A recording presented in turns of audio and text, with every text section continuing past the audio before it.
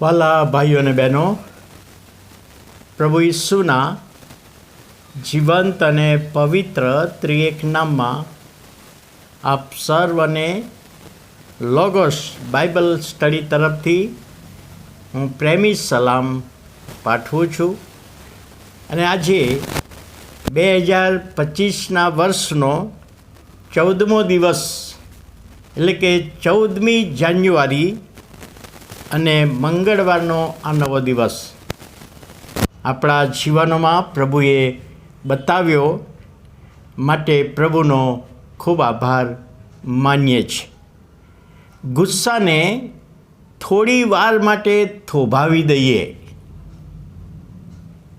Dale Carnegie નામના અમેરિકાના પ્રખ્યાત લેખક અને સંદેશવાહક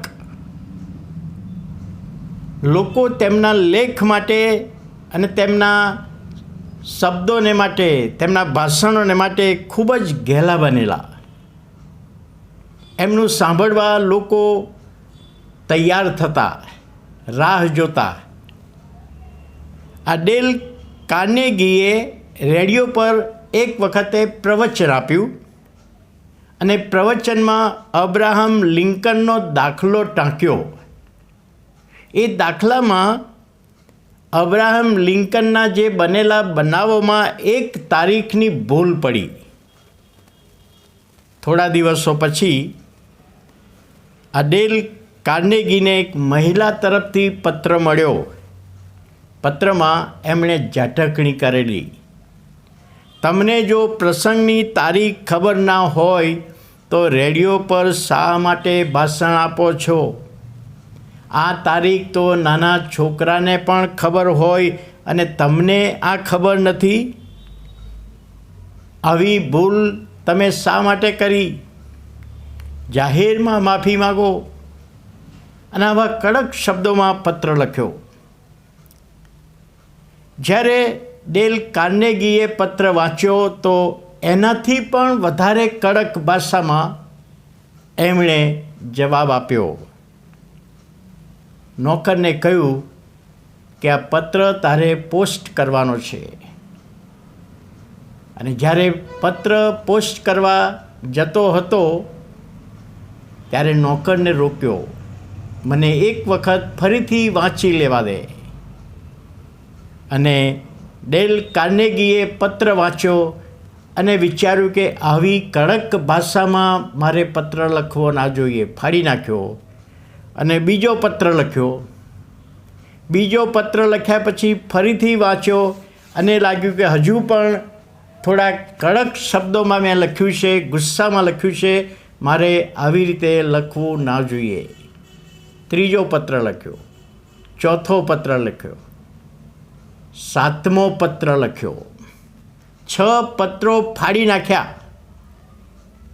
અને 7મો પત્ર લખ્યો અને એમાં તેમણે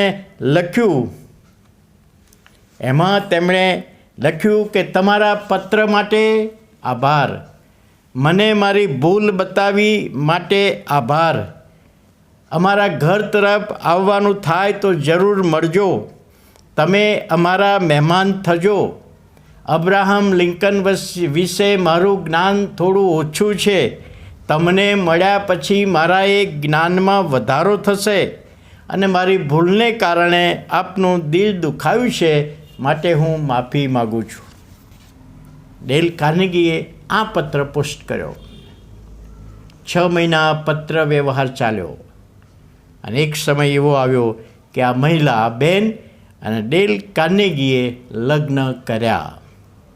પોતાના ગુસ્સાને થંભાવી દીધો, પોતાના ગુસ્સા ઉપર કાબૂ રાખ્યો, જેના કારણે પરિણામ સારું આવ્યું.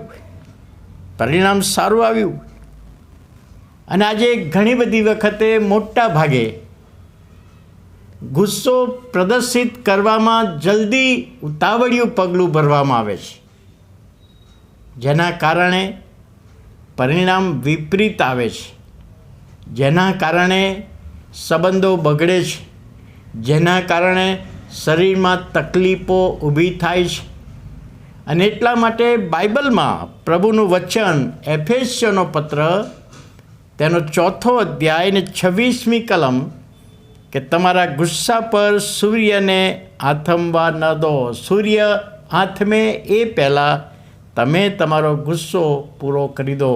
ગુસ્સાને શાંત કરો, અને ગુસ્સાને શાંત કરવાથી પ્રભુ એનો આશીર્વાદ આપણા જીવનોમાં આપે છે.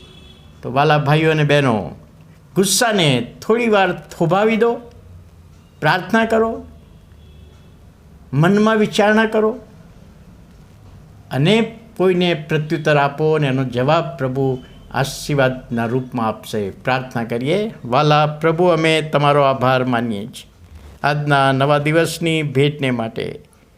આજના વચનમાં તમે જે અમને સમજાવ્યું, અમારા ગુસ્સાને અમે કંટ્રોલ કરીએ, થોભાવી દઈએ, એના પર સૂર્યને આથમવા ન દઈએ, એને સમાધાન કરીએ, અને એ માટે તમે સહાય કરો, મદદ કરો, દોરવણી આપો.